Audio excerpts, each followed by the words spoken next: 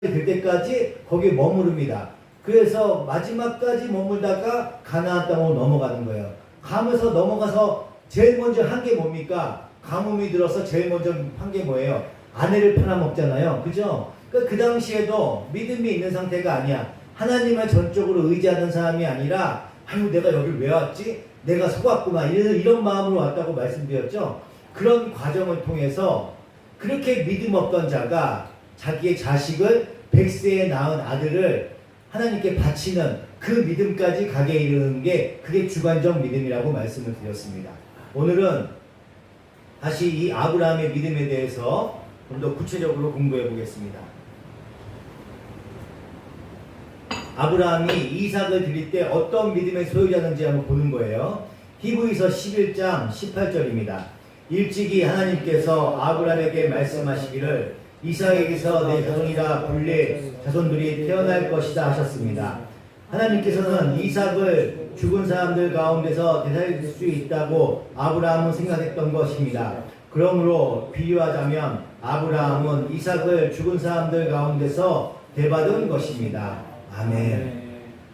아브라함이 하나님이 이삭을 되돌려줄 거라는 것을 그 믿은 거예요. 하나님께서 아브라함하고 언약을 했거든. 그때 쪼개지는 그 언약을 말씀드렸죠. 베리트 언약이라고. 그 언약을 하신 겁니다. 언약을 하셨기 때문에 그 언약을 믿는 거예요. 아, 하나님께서 나한테 언약을 하셨는데 하나님께서 이 약속을 안 지키시면 하나님이 쪼개지신다는 거잖아요.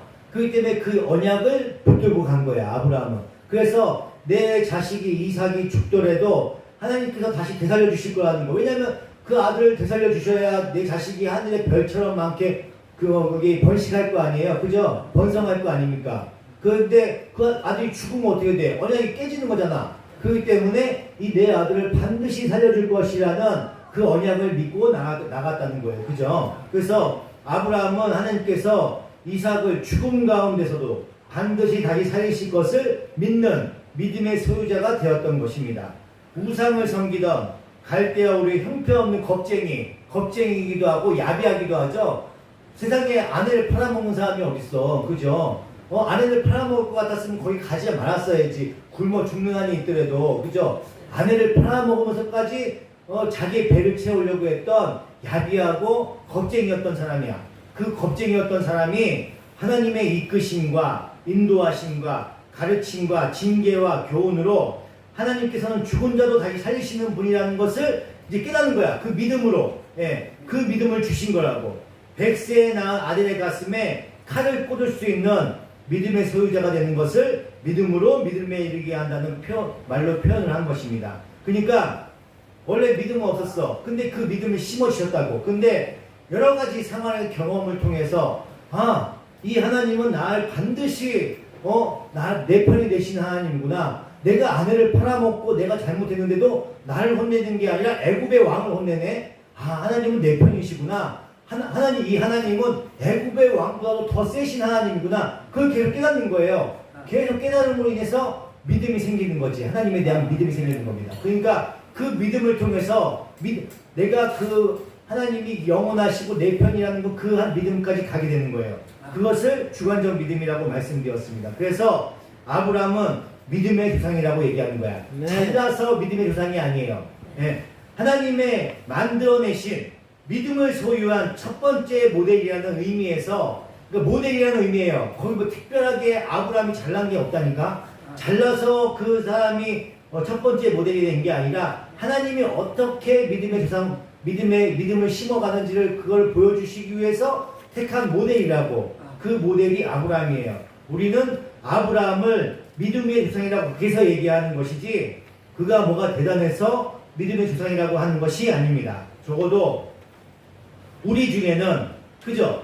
자신의 유익을 위해서 아내를 2번이나 팔아먹을 사람 있어요? 없죠? 그럼 우리가 더 아브라함보다 훌륭한 거야. 그죠? 저는 아내가 없어서 잘 모르겠지만 명석이도 아내가 없고 은혜도 남편이 없잖아. 그죠? 그래서 잘 모르겠지만 아무리 그래도 이론적으로 생각해도 아내를 팔아먹으면서까지 그렇게 살고 싶지는 않잖아요. 그죠? 너무 야비하잖아, 그거는. 그럼 우리가 더 나은 거야, 오히려. 그쵸? 우리가 더 나은 거예요. 그러므로 아브라함을 본받을 생각을 하는 게 아니야. 아브라함을 본받는 게 아니고 그 나약한 아브라함을 믿음의 조상으로 만들어내신 하나님을 신뢰해야 되는 거야. 이 보잘것없고 죄덩이고 바보 같은 우리 명석이를 하나님께서 열심히 그 열심으로 해서 이렇게 믿음의 강도사까지 만드셨잖아요. 이렇게 만들어가 나가시는 거예요. 그렇죠? 나는 명석이가 시험 못 볼 줄 알았어. 강도사 고시 그거 봐야 되는데 그 여기서도 봐야 되고 거기서도 봐야 되고 저걸 어떻게 통과하지? 근데 그건 제 괜한 걱정이에요. 하나님께서 만들어 가시는 거예요. 하나님께서 다 역사하신다니까. 명석이 머리로는 못할지 어떤지 몰라도 하나님께서 다 길을 만들어 주시잖아요. 그죠? 그래서 강도사 고시 당당하게 땄잖아요. 그렇게 만들어 가신다고 하나님께서. 히브리서 11장 8절입니다. 믿음으로 아브라함은 부르심을 받았을 때 순종하고 장차 자기 몫으로 받을 땅을 향해 나아갔습니다. 그런데 그는 어디로 가는지를 알지 못했지만 떠난 것입니다. 아멘. 아브라함이 처음에 받았을 때 믿음이 있어갖고 그 말씀 들은 거예요? 아니라고. 그런 게 없었어. 그냥 막연하게 간 거예요. 그냥 막연하게. 계속 그 부르심을 주시니까. 그래서 떠난 거예요. 그러니까 히브리서가 아브라함이 하나님을 알지도 못했을 때부터 믿음으로 아브라함이란 그 표현한 이유가 거긴 거야. 그 믿음을 허락해 주신 거야. 그러니까 아직은 뭔지는 몰라. 근데 그 주신 그 믿음으로 나아가는 거죠. 네. 그래서 믿음은 우리에게서 출발되어지는 것이 아니라 전적인 하나님의 작품이란 얘기예요. 그죠? 네. 로마서 4장 1절입니다. 그러면 육신상으로 우리의 조상인 아브라함이 무엇을 얻었다고 우리가 말할 수 있겠습니까? 아브라함이 행위로 의롭게 되었다면 그에게는 자랑할 것이 있었을 것입니다. 그러나 하나님은 아멘. 로마서에서 정확하게 표현을 한 거예요. 그죠? 정확하게 표현했습니다. 믿음은 이렇게 하나님의 전적인 선물이라고요. 전적인. 우리의 자랑으로 된 게 아니에요. 하나님의 믿음에서 우리의 믿음이 배태된 거예요. 그러니까 잉태돼서 태어나게 된 거예요. 그러니까 그 하나님의 그 믿음 가운데 생긴 겁니다. 처음에 그 성령 하나님께서 우리의 마음을 녹여주셨기 때문에 우리한테 그런 믿음이 생길 수 있었던 겁니다. 우리에게 주어진 아직은 우리가 인식할 수 없는 그 객관적인 믿음이, 그러니까 우리 안에 성령님께서 들어오셨어. 우리 안에서 우리의 마음을 녹이신다고. 근데 그 과정 속에는 우리가 몰라. 하나님이 어떤 분이신지를 모르고 우리가 뭔지도 하나님이 어떤 분이신지를 몰라. 전혀 알지도 못해요. 근데 그 과정에서도 우리 안에 성령님께서 들어오셔서 우리의 마음을 녹이고 계셨다고요. 그것을 객관적인 믿음이라고 얘기하는 겁니다. 어느 날 그냥 나한테 이해가 되는 거야. 하나님의 말씀이 이해가 되고 믿음이 믿어지네? 성경 말씀이 내가 절대 못 믿는 거였는데 이 말씀이 자꾸 믿어지네? 이렇게 믿음이 생기는 거예요. 그게 이게 주관적 믿음이라고 얘기하는 겁니다. 그러니까 처음에 주시는 그 믿음은 하나님께서 주시는 거야. 객관적인 믿음. 이거는 구원을 주시는 믿음이에요. 그렇기 때문에 변하지가 않아. 잃어버리지도 않아요. 그렇지만 이 믿음을 가지고 내가 믿음을 쌓아가는 거야. 그거를 내가 주관적 믿음이라고 해. 열심히 부지런히 배우고 믿음은요 어떻게 돼요? 하나님 말씀을 통해서 믿어진다고 했잖아요. 그죠? 믿음을 주신다고 했잖아요. 그러니까 어떻게 열심히 말씀을 보시고 익혀야지. 그죠? 그래서 믿음을 쌓아가셔야지. 그 두 번째 쌓는 그 믿음을 객관적인 믿음이라고 주관적인 믿음이라고 얘기했잖아요. 그러니까 이 두 가지 믿음을 통틀어서 믿음이라고 얘기를 하는 거예요. 그죠? 그렇게 되는 겁니다. 그러니까 어느 날 나한테 갑자기 이해가 되어지고 인식되어지고 믿어지게 되는 이 주관적인 믿음이 나타나는 것이 믿음으로 믿음에 이르게 한다는 말의 진리인 것입니다. 그래서 히브리서 11장에는 모세와 기드온과 입다와 삼손과 바락의 이름이 들어있는 거예요. 이렇게 믿음으로 믿음에 이르게 한다는 말의 내용을 우리는 알 수 있습니다. 이제 의인은 믿음으로 말미암아 살리라는 말씀을 살펴보겠습니다. 로마서 1장 17절입니다. 하나님의 의가 복음에서 나타납니다. 이 일은 오로지 믿음에 근거하여 일어납니다. 이것은 성경에 기록된 바 의인은 믿음으로 살 것이라 한 것과 같습니다. 개역개정으로 보시면은 복음에는 하나님의 의가 나타나서 믿음으로 믿음에 이르게 하나니 기록된 바 오직 의인은 믿음으로 말미암아 살리라 함과 같으니라. 아멘. 사도 바울은 믿음으로 믿음에 이르게 한다는 말과 의인은 믿음으로 말미암아 산다는 말을 병행구로 같은 의미의 어구로 기록하고 있습니다. 그래서 이 의인은 믿음으로 말미암아 산다는 말씀은 그 마틴 루터에서 비롯한 종교개혁자들의 이념이었다. 그래서 바울의 서신에도요 3번이나 나오는 아주 중요한 말씀입니다. 그리고 우리가 잘 이해하고 있어야 하는 구절입니다. 그래서 사도 바울은 의인은 믿음으로 말미암아 산다는 말을 구약의 어딘가에서 인용을 한 것인데 그 구절을 밝혀보면 오늘 구절의 의미가 더욱 선명해질 것입니다. 하박국서 2장 4절입니다. 마음이 한껏 부푼 교만한 자들을 보아라. 그는 정직하지 못하다. 그러나 의인은 믿음으로 산다. 아멘. 사도 바울이 이 하박국의 내용을 인용했을 때 하박국에서 이야기하고 있는 바가 무엇인지 정확하게 이해하고 이 말을 인용한 거예요. 정확하게 그 뜻을 알고 인용한 거란 말이에요. 그래서 그럼 이 하박국의 이야기가 무슨 이야기인지를 알면 우리가 사도 바울의 그 로마서 내용을 밝혀낼 수 있을 것입니다. 하박국은요 BC 600년 전, 한 600년 전쯤에 활동했던 선지자예요.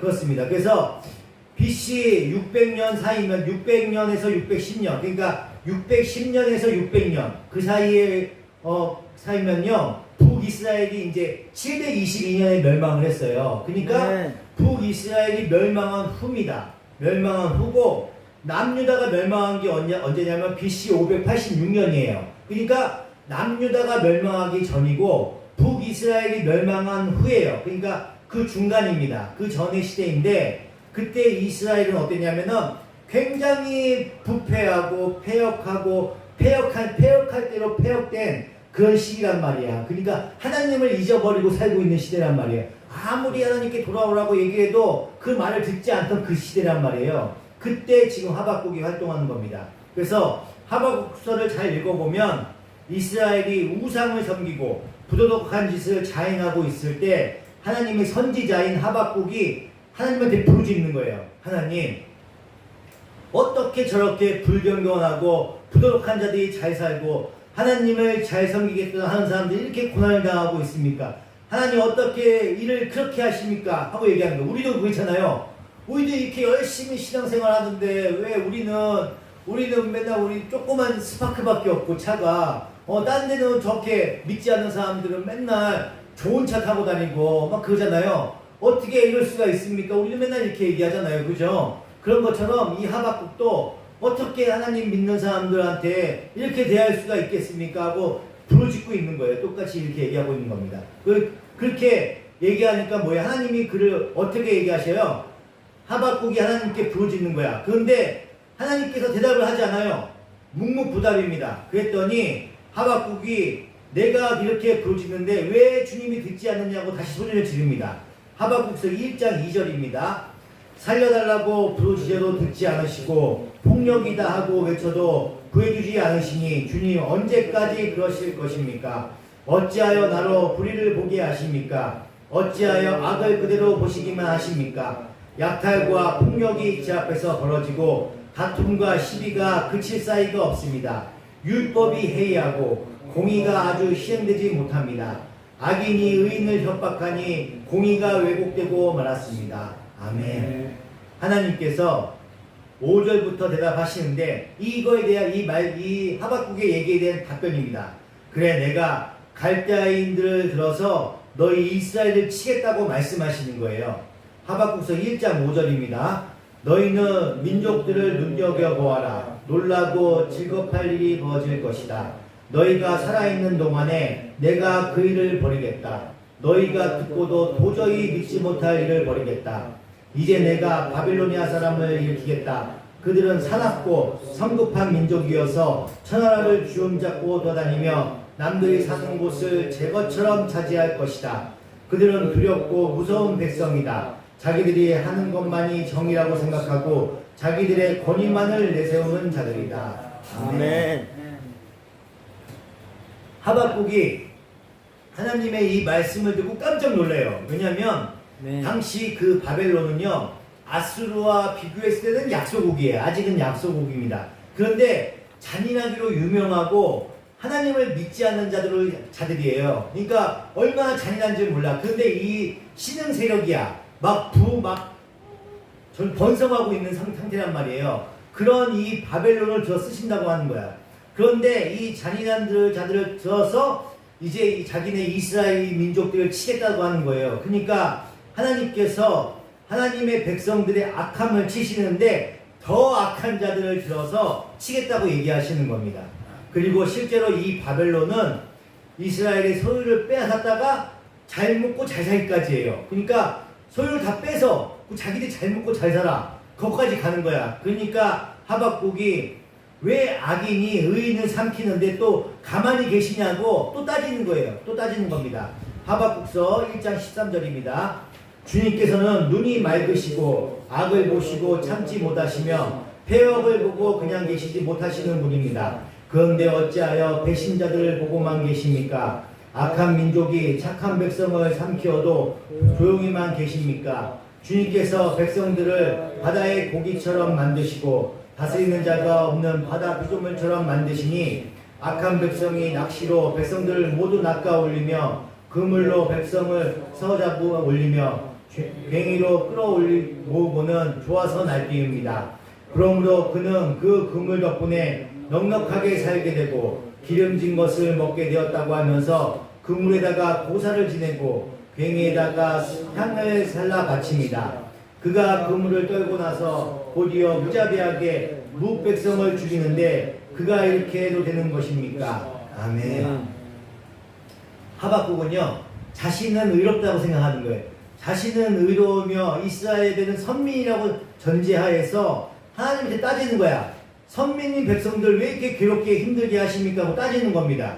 그런데 어떻게 갈대아 야만인들 들어서 이스라엘을 칠 수 있냐고 따지는 거예요. 그죠? 그렇게 얘기하고 있는 거예요. 근데 2장으로 넘어가면서 하나님이 어떻게 말씀하시는지 들어보겠다고 기다립니다. 그러므로 하나님께서 하박국에게 말씀하셔요. 말씀하시는데 하박국아, 너는 너와 이스라엘이 선민이고 율법을 가지고 있는 자들이라고 스스로 의인인 줄 알고 있나 본데, 그러니까 착한 자들이라고 알고 있나 본데 의인은 믿음으로 사는 것이다 라고 말씀하시는 거예요. 그러니까 너나 이스라엘이나 바벨론이나 다 똑같은 자들이라고 얘기하시는 거야. 똑같은 죄인이라고 얘기하시는 거예요. 그러나 하나님께서 믿음을 선물로 주신 자만이 의인이며 그들만이 살아난다는 거예요. 하나님께서 믿음을 주신 자들만이 의인이라고 얘기하시는 거예요. 그리고 그 믿음으로 말미암아 의롭게 된 자들을 교훈하고 가르치기 위해 들어 쓰고 있는 악인들은 정한 때가 되면 반드시 멸망할 것이라고 하나님께서 명확하게 밝히고 계십니다. 예. 하박국서 2장 2절입니다. 주님께서 나에게 말씀하셨다. 너는 이 묵시를 기록하여라. 판에 똑똑히 새겨서 누구든지 달려가면서 읽을 수 있게 하여라. 이 묵시는 정한 때가 되어서야 이루어진다. 끝이 곧 온다는 것을 말하고 있다. 이것은 공연한 말이 아니니 비록 덜이더라도 그때를 기다려야 반드시 오고야 만다. 늦어지지 않을 것이다. 마음이 한껏 부푼 교만한 자를 보아라. 그는 정직하지 못하다. 그러나 의인은 믿음으로 산다. 아멘. 그리고 바벨론 사람들이 어떻게 저주를 받을지 5가지로 설명하십니다. 그렇게 하박국은 자신의 질문에 대한 답을 얻는 거예요. 답을 얻었어요. 아, 그렇군요. 하나님, 우리는 정말 잘나서가 아니라 오직 하나님이 선물로 주시는 믿음으로 살아난 자이고, 우리는 하나님이 원하시는 수준으로 만드시기 위해서 오히려 악인들을 들어서 우리를 훈련하시고 양육하시는군요. 하나님은 수년 내에 우리를 부흥하게 하시고 진노 중이라도 긍휼을 잊지 마시옵소서라고 얘기하는 거야. 그러니까 내가 잘나서 나한테 내가 의인이 된 게 아니라 하나님께서 나한테 믿음을 주신 거군요. 나를 의인으로 만드셨군요. 이제 그걸 깨달은 거예요. 이제 하박국이요. 하박국서 3장 2절입니다. 주님, 내가 주님의 명성을 듣습니다. 주님께서 하신 일을 보고 놀랍니다. 주님의 일을 우리 시대에도 새롭게 하여 주십시오. 우리 시대에도 알려주십시오. 진노하시더라도 잊지 마시고 자비를 베풀어 주십시오. 개역개정으로 보시면요. 여호와여 내가 주께 대한 소문을 듣고 놀랐나이다. 여호와여 주는 주의 일을 이 수년 내에 부응하게 하옵소서. 이 수년 내에 나타내시옵소서. 진노 중에라도 긍휼을 잊지 마시옵소서. 아멘. 여기서 이제 부응이라는 얘기가 나와요. 그죠? 부응하게 하옵소서 그잖아요. 그죠? 부응이라는 말은 성경 전체에서 여기 한 번밖에 안 나와요. 한 번밖에 안 나오는데 깨끗하게 교정하다, 악을 제거하다는 의미예요.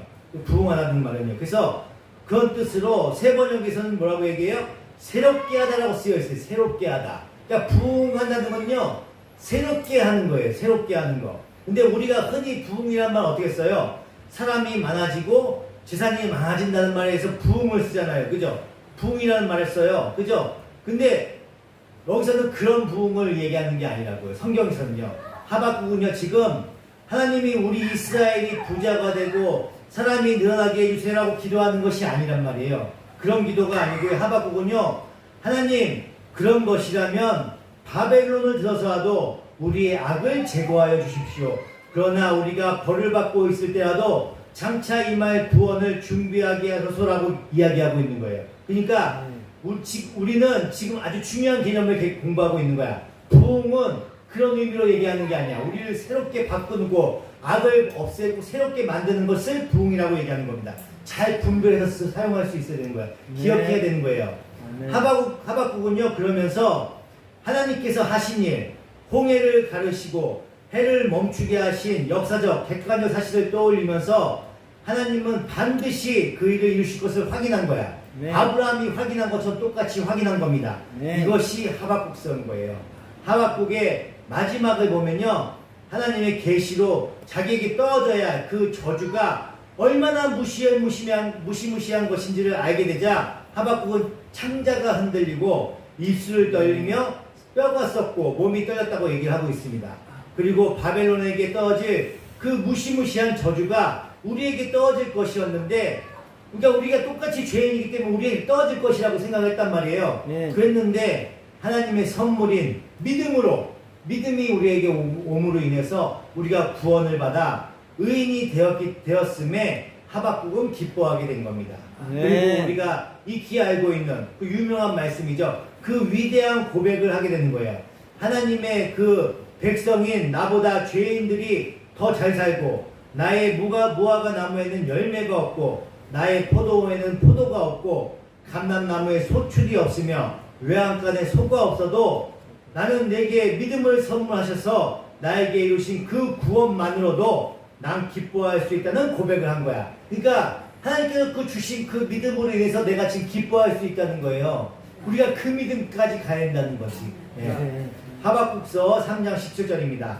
무화과 나무에 과일이 없고 포도나무에 열매가 없을지라도 올리브 나무에서 딸 것이 없고 밭에서 거두어들일 것이 없을지라도 우리의 양이 없고 외양간에 소가 없을지라도 나는 주님 안에 즐거워하란다. 나는 구원하신 하나님 안에서 기뻐하란다. 아멘. 이렇게 믿음은 하나님께서 시작하셔서 하나님께서 마치시는 것이며 하나님의 선물이고 은혜인 것입니다. 그래서 믿음으로 믿음에 이르게 되는 것이고 의인은 믿음으로 말미암아 살게 되는 것입니다. 에베소서 2장 8절입니다. 여러분은 믿음을 통하여 은혜로 구원을 얻었습니다. 이것은 여러분에게서 난 것이 아니요 하나님의 선물입니다. 행위에서 난 것입니다. 그러므로 아무도 자랑할 수 없습니다. 아멘. 믿음은 우리에게서 먼저 난 것이 아니에요. 나오는 것이 아니야. 하나님께서 전적으로 은혜 가운데서 우리 가슴을 뚫고 들어오는 겁니다. 하나님의 선물이라고 믿음은요. 그래서 은혜의 수단입니다. 이렇게 믿음은 하나님에게서 먼저 나오신 것이기 때문에 절대 실패가 있을 수가 없어요. 택함 받은 백성들은요, 반드시 하나님의 그 믿음이 들어갑니다. 그죠? 들어가게요. 그래서 성경을 많이 몰라도 첫 번째 들어오는 그 믿음은 하나님께서 나한테 주시는 거야. 근데 내가 그 믿음을 주셨는데 내가 장애가 있어 글을 못 읽어. 글을 못 읽고 내가 이해를 못해 성경 말씀을 못해도 그래도 그 첫 번째 주신 그 믿음으로 이 백성을 끌고 가시는 거예요. 구원의 길까지. 그죠? 근데 내가 믿음이 그 첫 번째 주신 그 믿음을 붙잡고 내가 하나님 말씀을 열심히 깨달으면 그러면 내가 성화되어 가는 거야. 그러면서 나의 그 하나님의 그 백성다운 그 주관적인 믿음이 쌓아져 가는 거야. 그래서 내가 예수님을 닮아가는 하나님 백성이 되는 거야. 내가 바울 같은 믿음을 갖지 못해도, 그러니까 똑같이 믿음의 백성들이야. 은혜가 있고 명석이가 있고 제호가 있어요. 우리는 나약해. 하나님을 알지 잘 몰라요. 아직도 많이 안다고 해도 공부를 한다지만은 아직도 먹는 게 좋고 노는 게 더 좋아. 우리는 글씨를 읽어도 잘 몰라요. 우리 같은 믿음이 있고 바울과 같은 믿음이 있고. 바울 얼마나 박식합니까? 무슨 여기 학교에 가면 교수님들, 목사님들 얼마나 박식해요. 막 히브리어도 막 얘기하고 히브리어 하나도 할 줄 몰라요. 그 사람들 얼마나 박식합니까? 그 사람들 믿음이 있어. 그렇지만 그 사람들 믿음과 바울의 믿음과 은혜의 믿음과 명석의 믿음과 저의 믿음, 첫 번째 주신 객관적인 믿음은 같아요. 같다고. 하나님께서 구원해 주시는 그 믿음은 같아. 그잖아. 그래야지 공평하지. 그러면 머리 똑똑한 사람이 믿음을 더 많이 쌓으면 더 믿음이 좋아지면은 불공평하잖아. 우리 은혜나 나 같은 사람은 어떻게 글씨 보는 거 엄청 싫어하고 노는 게 더 좋은데, 그잖아. 그러면 은혜는 뭐 천국 못 가요? 그건 말이 안 되잖아. 그죠? 하나님은 공의 하나님이시라고. 네. 구원을 주시는 믿음은 똑같아. 그러니까 너무 똑똑해도, 너무 똑똑하면 하나님 너무 쓰임받아. 그러면 더 피곤할 수가 있어요. 더 하나님께서 영광 돌리고 더 아는 게 많기 때문에 더 많이 가르치고 더 많이 쓰임받겠지. 그렇지만 은혜나 저같이 부족해도 똑같이 구원을 받는다고. 그죠? 네. 하나님께 대한 믿음만 있으면요 구원을 받아요. 그러니까 내 능력 안에서 너무 잘 나가고 머리 똑똑하고 해외 유학파 무슨 목사님 이런 목사님 부러워할 필요 없어. 그 목사님은 그만큼 하나님께서 쓰시려고 그렇게 허락하신 거야. 그 목사님 그냥 나름대로 또 피곤해. 큰 교회 목사님은 어떻게 돼요? 1부, 2부, 3부, 4부, 5부까지 있어. 우리는 주일날 한부, 1부 예배만 하면 집에 가서 쉬잖아. 근데 그 목사님은 1부, 2부, 3부, 4부, 5부까지 해야 되고 저녁 때도 또 예배 드려야 돼. 계속 설교, 하루 종일 설교하셔야 돼. 그리고 신방 가셔야 되지. 나름대로 고달퍼. 그래서 큰 목사님들 이렇게 보시면 저거 쉽지 않겠는데? 더 힘들고 더 피곤하실 것 같아. 그렇지 않아요? 그만큼 많은 수백 명, 수천 명 성도들 끌고 가려면은 말씀도 맨날 부지런히 보셔야 되고 유튜브에 올리면은 또 비판도 받고 우리는 조회수가 10명을 안 넘어. 그렇기 때문에 누구한테 비판받을 것도 없어요. 그쵸? 그런 것들 편하더라고 오히려. 그러니까 그만큼 쓰시는 거예요. 거기에 저는 만족을 합니다.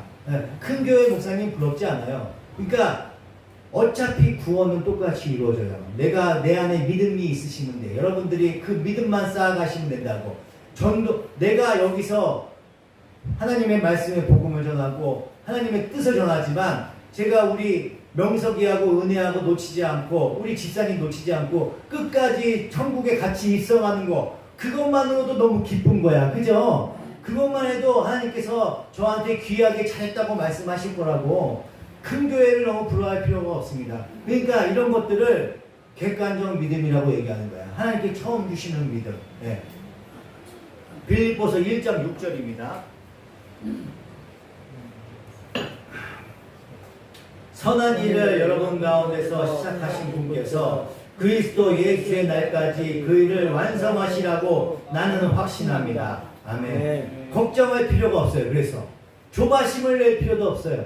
우리 성도가 많지 않아도 됩니다. 여기서 이렇게 10명 하나님께서 다 만들어 나가시는 거야. 하나님의 교회잖아요. 이 교회가 저희 교회예요? 아니에요. 하나님께서 만들어 가셔. 하나님의 종들은 하나님께서 먹이십니다. 입히시고 다 하십니다. 그죠? 조바심을 낼 것도 없어요. 하나님의 교회는요 하나님께서 부흥해 나가시는 거야. 내가 내 노력으로 하는 것이 아닙니다. 왜 나는 지금까지 이 모양이냐고 이 모양 이 꼴이냐고 좌절할 필요도 없는 거예요. 분명 하나님은 우리를 완성하실 것이고 우리의 대적들은요 모두 저주의 지옥으로 떨어질 것이에요. 그러니까 문이 닫히고 다시는 열리지 않을 그곳으로 떨어질 거야. 그 지옥으로 갈 거야. 택한 받지 못한 백성들은 그렇게 될 겁니다. 우리는 하나님을 믿는 사람들이야. 우리는 구원받아요. 천국에 가는 사람들입니다. 그러니까 지금의 이 어려운 환경 잘 인내하고 나가시면 돼. 예? 아무 걱정할 필요 없어요. 그죠? 먹고 나는 지금도 충분히 만족해요. 은혜가 맛있는 거 많이 사줘 맨날. 그죠? 우리 명석이가 맛있는 거 사줘. 우리 집사님 사줘. 먹는 거 솔직히 나는 여태까지 여기 50살 가까이 살면서 지금까지 풍족하게 잘 먹고 사는 거 별로 없는 것 같아. 쉴 때 쉬고 저 일할 때 맨날 아파도 병원도 안 가고 막 열이 나는데도 맨 일했어요. 진짜 가게 문 닫으면 무슨 큰일 나는 것처럼 일만 했다고 그렇게 살았어. 근데 지금은 아프면은 오늘도 머리가 막 띵하더라고요. 그래서 집에 가서 좀 쉬었는데 쉴 수가 있으니까 너무 감사하더라고. 그죠? 감사해요. 오니까는 명석이가 맛있는 볶음밥 해줬어. 약간 조금 맛있는 일은 좀 모르겠지만 그것도 먹었어. 그러니까는 배가 불러요. 그죠? 배가 골았어? 아니잖아요. 아침에 또 은혜가 맛있는 김밥 해줬어. 김밥도 먹고. 그죠?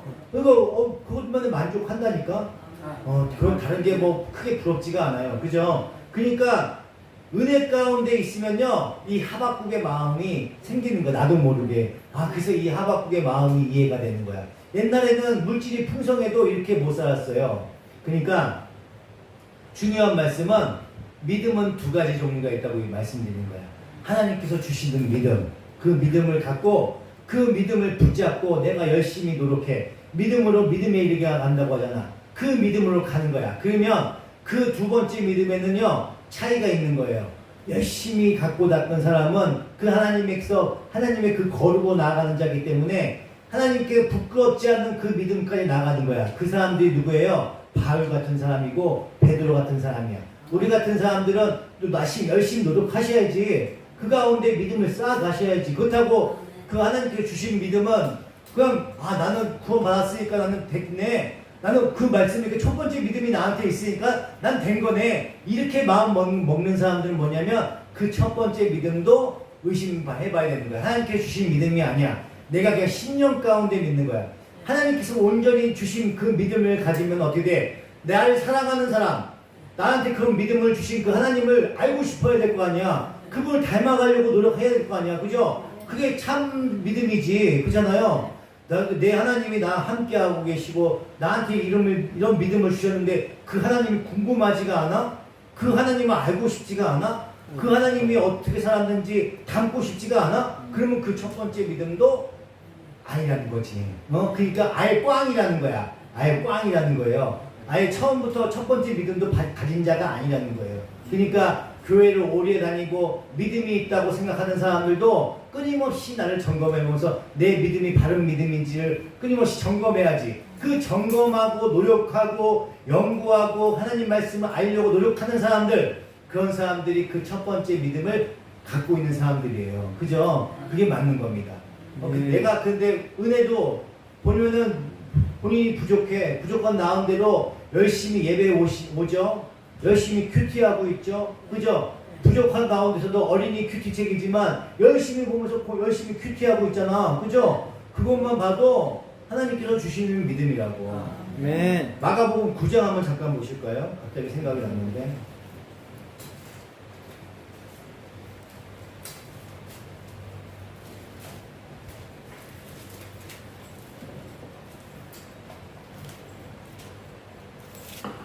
마가복음 9장 14절입니다. 14절.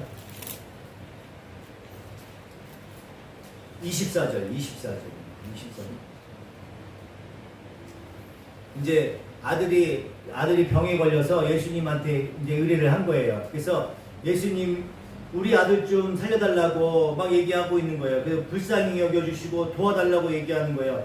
막 그렇게 얘기했더니 예수님께서 할 수 있으면 말이 무슨 말이냐? 믿는 사람에게는 모든 일이 가능하다 이렇게 얘기한 거예요. 그랬더니 이제 이 아버지가 외칩니다.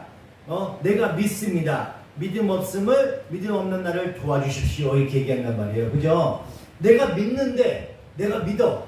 내가 주님을 믿는데 나의 믿음 없음을 도와달래. 이게 말이 앞뒤가 안 맞잖아. 근데 우리가 지금 공부한 믿음에 대한 말을 공부한 거를 거기에 대입해보면 이해가 가죠. 내가 믿습니다. 이건 첫 번째 믿음이야. 하나님께서 주신 믿음이라고. 네. 믿음인데 내가 하나님께서 그 주신 믿음은 내가 가지고 있는데 두 번째 믿음은 내가 없는 거야. 나의 믿음 없음을 도와달라고 얘기하는 거예요. 그죠? 그러니까 이 말씀이 이해가 되죠? 그죠? 이렇게 되는 겁니다. 그러니까 하나님께서 첫 번째 주신 믿음은 내가 믿어요. 근데 내가 아무리 노력해도 내가 그 믿음이 없어요.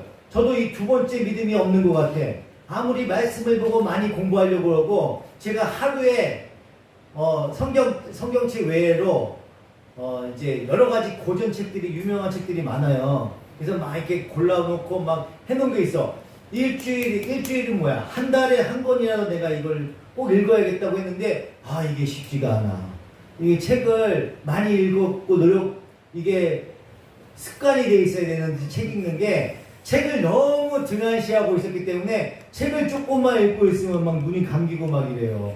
조금 이 하나님 말씀에 대한 또 책들은 또 얼마나 또 말이 어려운지 몰라요. 또 이렇게 보면은 그 책을 보면 한 페이지만 넘겨도 막 졸려요. 그러니까 한 권을 보기가 힘들어요. 그래서 주여 왜 이렇게 졸립니까? 이거 말씀이 너무 읽기가 힘든 거예요. 이 책을 본다는 게. 근데 읽어야 된다는 그 사명감은 있어갖고 보긴 하는데 어렵습니다. 그래서 이 게을러지지 않게 해주시고 이게 조금 보다가 집에는 웬만하면 안 있어야 되는데 집에 보고 있으면 이게 또 넷플릭스 막 이렇게 잠깐 이렇게 보면 머리 좀 잠깐 식혀보자 하고 이렇게 보면은 또 한두 시간 또 넷플릭스 보도 금방 가고 성경책 보는 것도 이 말씀 보는 것도 또 지겹고 이래요. 아직도 주의 종이라고 불리면서도 이렇게 게으릅니다. 말씀 보는 게 어렵어요. 그래서 저도 이 없는 믿음을 채워달라고 기도하고 있는 겁니다. 내가 믿습니다. 나의 없는 믿음을 도와주셔서 이 말씀이 제가 붙들고 있는 말씀이거든요. 여러분들도 그렇지만 저는 하나님께 여러분들한테 말씀을 전해야 되기 때문에 공부해야 되는 입장이고 여러분들은 충분히 즐기면서 하면 되는 내 도량과 내 뜻 가운데서 좌절하지 마시고 걱정하지 마시고 나는 구원받고 택함받은 하나님의 백성으로서 내가 나의 소명 가운데서 내가 할 수 있는 만큼 노력하시면 돼. 내가 하지 못하는 것까지 너무 앞으로 달려가고 계획을 많이 세우실 필요 없고 내가 할 수 있는 거 당장에 큐티라도 열심히 하시고 말씀에 열심히 통독도 하시고 하시면서 하나님의 말씀을 익혀나가시고 교회에 나와서 기도도 하시면서 내가 주어진 환경에서 최선을 다하시면 됩니다. 그것이 믿음에 이르게 하는 그 과정을 겪는 하나님의 백성이 해나가야 할 길입니다. 그냥 내가 하나님의 백성인데 내가 첫 번째 주신 믿음이 있다고 두 번째 믿음에 소홀히 하시면 안 되는 거예요. 열심히 그 길을 나아가셔야 돼. 하나님께서 그 길을 인도해 나가십니다. 내가 노력을 하는 게 아니야. 그것도 주님께서 그 길을 열어주시고 내가 그 길을 나아가는 겁니다.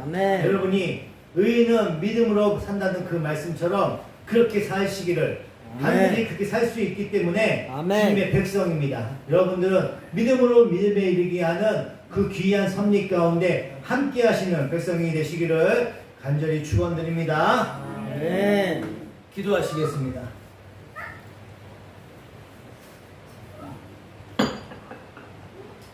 하나님의 크신 은혜와 사랑에 감사합니다. 주님께서 복수를 주셔서 이렇게 수요 예배 가운데 믿음에 대해서 공부할 수 있는 시간을 허락하여 주시니 감사합니다. 주의 종이 부족하고 말이 어눌러서 하나님의 말씀을 잘 전하지 못하나 내 안에 계시는 성령 하나님, 우리 안에 있는 성령 하나님께서 우리의 마음을 열어주셔서 믿음으로 믿음에 이르게 하는 귀한 섭리 가운데 함께 할 수 있도록 이 영혼들을 붙들어 주시고 책임져 주시옵시고 이끌어 주시고 도와주시옵소서. 긍휼히 여겨 주시옵시고 불쌍히 여겨 주시옵소서. 하나님과 함께하는 자리오니 이 가운데서 한 영혼도 잃지 않고 믿음을 허락하여 주시고 그 믿음 가운데 하나님의 백성으로 살아갈 수 있는 그 믿음을 허락하여 주시옵소서. 감사드리며 우리 주 예수 그리스도 이름으로 간절히 기도드리옵나이다. 아멘.